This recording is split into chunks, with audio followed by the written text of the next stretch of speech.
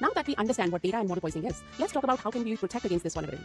OWASP outlines several ways to reduce the risk, and here's how they work in real life. First, track your data. Use tools like MLBomb or Cyclone DX to keep a record of where your training data came from, how it was used, and when it was changed. This is like having a receipt for every ingredient in a recipe. If something tastes off, you can trace it back. Second, clean and test your data. Don't just assume public data is good data. Remove the duplicates, scan for false claims, and after training, test the model's answers. Compare them to trusted sources to make sure it's thinking straight. Third, limit what the model sees during testing. Keep it in a sandbox environment, which is not connected to the internet, making it a safe space where it cannot grab random internet content. This reduces the chance that it picks up something harmful by accident. Fourth, look for secret triggers. Before you release a model, test it with strange or unexpected prompts. If it responds in a weird way, that might be a hidden backdoor. Do not ignore the red flags. Fifth, lock down your fine-tuning process. Only use trusted data that has been reviewed. Do not let just anyone upload data into the system. Always add checks and approvals before it gets used.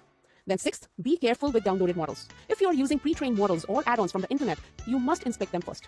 As we discussed earlier, malicious pickle files, which are executable files, they can hide code that runs the moment you load them. Just because it's open source doesn't mean that it is safe.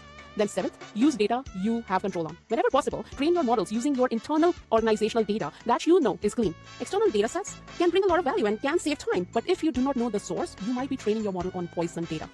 Then last but not the least, set infrastructure limits. Restrict what your models can access and enforce strict rules on data usage. That way, if something goes wrong, the damage stays contained. Now let's tie everything together. Poison data can change how your model thinks. It can plant hidden behaviors, give bad advice, or even run malware in your environment. If you do not control what your model learns, you cannot control what it does. So protect the data, test the behavior, and verify everything, because the model's mind is only as secure as what you teach it. Thanks for watching, and see you in the next video where we will be discussing the fifth vulnerability of improper output handling.